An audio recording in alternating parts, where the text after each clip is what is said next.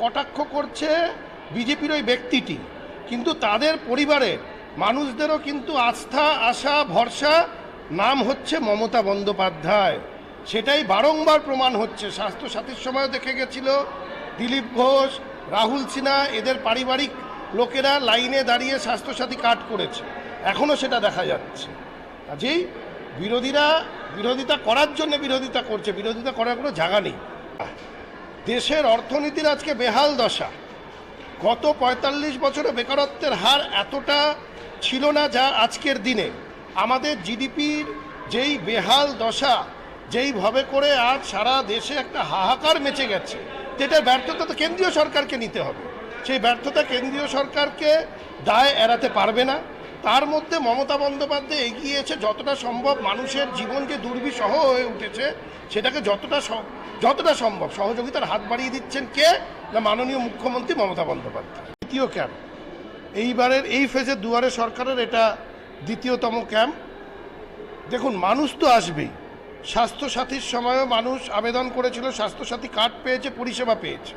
মানুষের একটা আস্থা, ভরসা, বিশ্বাস তৈরি হয়েছে যে এই পরিষেবাগুলো মানুষ পাচ্ছে যখন তার দরকার হচ্ছে।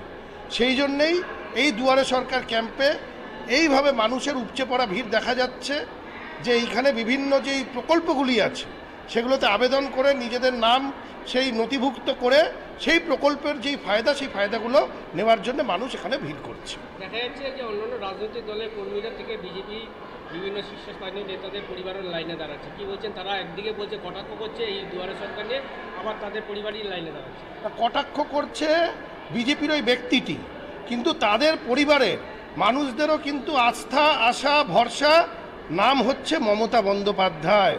সেটাই বারংবার প্রমাণ হচ্ছে। স্বাস্থ্যসাথীর সময় দেখে গেছিল দিলীপ ঘোষ, রাহুল সিনহা, এদের পারিবারিক লোকেরা লাইনে দাঁড়িয়ে স্বাস্থ্যসাথী কার্ড করেছে, এখনও সেটা দেখা যাচ্ছে।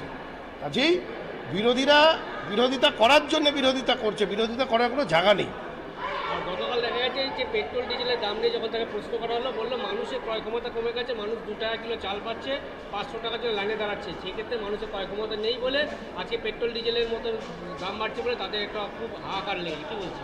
ক্রয় ক্ষমতা করেছে তো কেন্দ্রীয় সরকারের ব্যর্থতা। দেশের অর্থনীতির আজকে বেহাল দশা। গত ৪৫ বছরে বেকারত্বের হার এতটা ছিল না যা আজকের দিনে। আমাদের জিডিপির যেই বেহাল দশা, যেইভাবে করে আজ সারা দেশে একটা হাহাকার মেচে গেছে, যেটার ব্যর্থতা তো কেন্দ্রীয় সরকারকে নিতে হবে। সেই ব্যর্থতা কেন্দ্রীয় সরকারকে দায় এড়াতে পারবে না।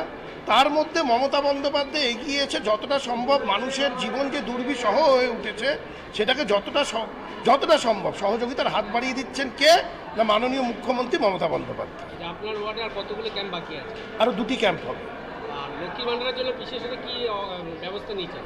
লক্ষ্মী ভাণ্ডারে যাতে এলাকার মা বোনেরা এসে তারা সহজে ফর্ম পেতে পারে এবং জমা দিতে পারে, সেই ব্যবস্থা আমরা করেছি।